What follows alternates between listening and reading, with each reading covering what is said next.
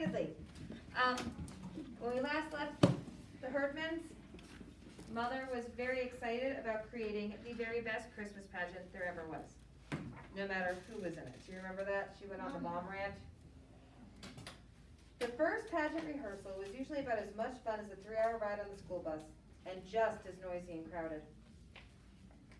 This rehearsal, though, was different. Everybody shut up and settled right away for fear of missing something awful that the Herdmans might do. Be still, you don't need to be moving anything. When Leroy passed Charlie, he knuckled him behind the ear, and one little girl, primary girl, yelled as Gladys went by. But Mother had said she was going to ignore everything except blood. And since the primary kid wasn't bleeding, and neither was Charlie, nothing happened.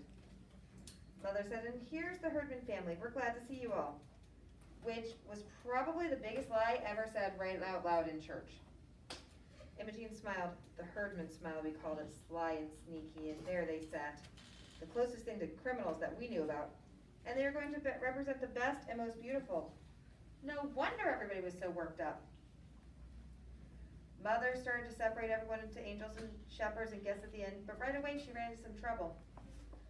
Who were the shepherds, Leroy Herdman wanted to know? Where'd they come from? Ollie Herdman didn't even know what a shepherd was. Or anyway, that's what he said. What's the inn? Claude asked. What's an inn?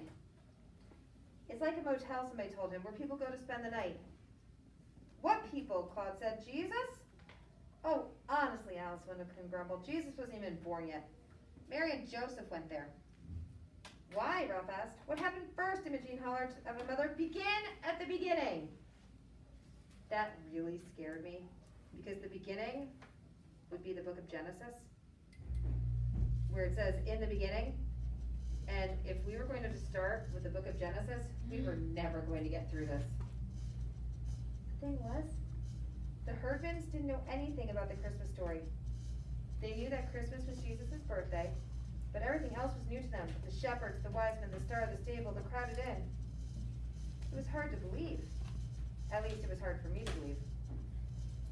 Alice Wendleton said she didn't have any trouble believing it. How would they find out about the Christmas story? She said. They don't even know what a Bible is. Look what Gladys did to the Bible last week. While Imogene was snitching money from the collection plate in my class, Gladys and Ollie drew mustaches and tails on all the disciples in the primary grade illustrated Bible. They never went to church their whole life till your little brother told them we got refreshments, Al said. And all you ever hear about Christmas in school is how to make ornaments out of aluminum foil. So how would they know the Christmas story? Think about that for a minute. How would they know that if it's not because we hear about it in our school? But most schools make like their ornaments and they're good to go, right? She was right.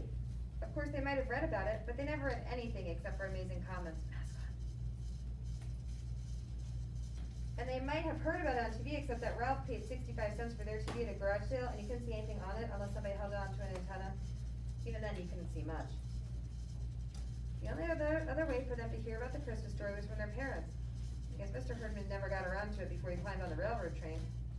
And it was pretty clear that Mrs. Herdman had given up trying to tell them anything. So, they just didn't know. And Mother said she had better begin by reading the Christmas story from the Bible. This was a pain in the neck for most of us because we knew the whole thing backwards and forwards and never had to be told anything except who we were supposed to be and where we were supposed to stand. Joseph and Mary, his espoused wife being great with child, pregnant, yelled Ralph Herdman. Well, that stirred things up. All the big kids began to giggle and all the little kids wanted to know what was so funny, and Mother had to hammer on the floor with a blackboard pointer. That's enough, Ralph, she said, and went on with her story.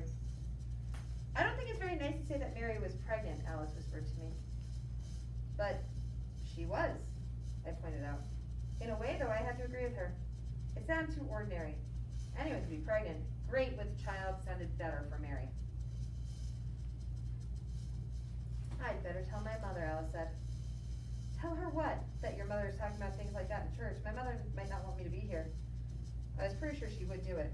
She wanted to be married, and she was mad at Mother. I knew, too, that she would make it sound worse than it was, and Miss Wendleton was getting madder than she already was. Miss Wendleton didn't even want cats to have kittens or birds to lay eggs. But there wasn't much I could do about that except pinch Alice, which I She yelped and Mother separated us and made me sit beside Imogene Herdman and sent Alice to the middle of the baby angels. I wasn't crazy to sit next to Imogene. After all, I'd spent my whole life staying away from her. But she didn't even notice me. Not much anyway. Shut up was all she said. I want to hear. Put it away. I couldn't believe it. Among other things, the Herdmans were famous for never sitting still and never paying attention to anyone. Teachers, parents, their own or anyone else's. The truant officer, the police, yet here they were, eyes glued on my mother, taking in every word. What's that? They would yell whenever they didn't understand the language, and when Mother read about there being no room at the inn, Imogene's jaw dropped and she sat up in her seat. My gosh, she said, not even for Jesus? I saw Alice purse her lips together, so I knew that there was something else Miss Winthrop couldn't hear about, yelling in the church. Well, now, after all, Mother explained, nobody knew the baby was going to turn out to be Jesus. You said Mary knew, Ralph said. Why didn't she tell them? I would have told them, Imogene put in. Boy, would I have told them. What was the matter with Joseph? He didn't tell them. Her pregnant and everything, she grumbled. What was that they laid the baby in? Leroy said the manger. Is that like a bed? Why would they have a bed in a barn? That's the point, Mother said. They didn't have a bed in the barn. So Mary and Joseph had to use wherever there was. What would you do if you had a new baby and no bed to put in? We put Gladys in the bureau drawer. It's like a dresser drawer. Imogene volunteered. Well, there you are, Mother said, blinking a little. You didn't have a bed for Gladys, so you had to use something else. Oh, we had a bed, Ralph said, only Ollie was still in it and wouldn't get out. He didn't like Gladys, he elbowed Ollie. Remember when you didn't like Gladys? I thought it was pretty smart of Ollie not to like Gladys right off the bat. Anyway, Mother said, Mary and Joseph used a manger. A manger is large wooden feeding trough for animals. What are the wadded up clothes? Claude wanted to know. The what? Mother said. You read about it. She wrapped him in wadded up clothes. Swaddling clothes, Mother sighed. Long ago people strapped their babies very tightly in a big piece of material so they couldn't move around. It made the babies feel cozy and comfortable. I thought it probably just made the babies mad. Till then, I didn't know what swaddling clothes were either, and they sounded terrible. So I wasn't too surprised when Imogene got all excited about that. You mean they tied him up and put him in a bead box? She said. Where was child welfare? Child welfare was always checking on the Herdmans. I bet if child welfare ever found Gladys all tied up in the bureau drawer, they would have done something about it. And lo, the angel of the Lord came upon them, Mother went on, and the glory of the Lord shone around them, and Shazam! Gladys yelled, flinging her arms out and smacking the kid next to her. What? Mother said. Mother had never read Amazing Comics. Out of the black of night with horrible vengeance, the mighty marvel... I don't know what you're talking about, Gladys. This is the angel of the Lord who comes to the shepherds in the fields and... Out of nowhere, right? Gladys said. In the black of night? Well, Mother looked unhappy, in a way. So Gladys sat down, looking very satisfied, as if at least this part of the Christmas story made sense to her. Now when Jesus was born in Bethlehem of Judea, Mother went on reading, behold, there came wise men from the east to Jerusalem, saying, that's you, Leroy and Claude and Ollie, so pay attention.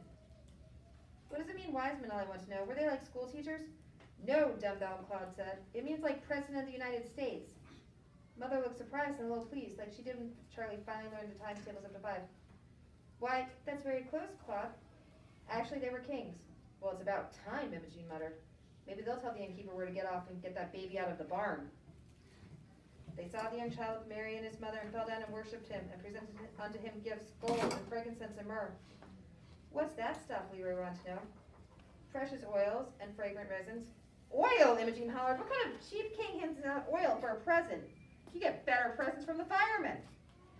Sometimes the Herdmans got Christmas presents at the firemen's party, but Santa Claus always had to feel around in the packages, make sure they weren't getting bows and arrows or dart guns or anything like that. Imogene usually got sewing cards or jigsaw puzzles, and she never liked them. But I guess she figured they were better than oil. Then we came to King Herod, and the Herdmans never heard of him either, so Mother had to explain that it was Herod who sent the wise men to find baby Jesus. Was it him that sent the crummy presents, all I want to know? And Mother said it was worse than that. He planned to have the baby Jesus put to death. What? Imogene said. He just got born and they're already out to kill him? The Herdmans want to know all about Herod, what he looked like and how rich he was, and whether he fought wars with people. He must have been the main king, Claude said, if he could make the other three do what he wanted. If I was a king, Leroy said, I wouldn't let some other king push me around. You couldn't help it if he was the main king. I'd go be king somewhere else. They were really interested in Herod. I figured they liked him. He was so mean he could have been their ancestor, Herod Herdman, but I was wrong. Who's going to be Herod in this plague? Leroy said. We don't share Herod in our pageant, Mother said, and they got all mad. They wanted somebody to be Herod so they could beat him up. I couldn't understand the Herdmans. You would have thought the Christmas story came right out of the FBI files. They got so involved and wanted a bloody end to Herod, worried about Mary having her baby in the barn. Called the wise men a bunch of dirty spies. And they left that first rehearsal arguing about whether Joseph should have set fire to the inn or just chase the innkeeper into the next country. Cut.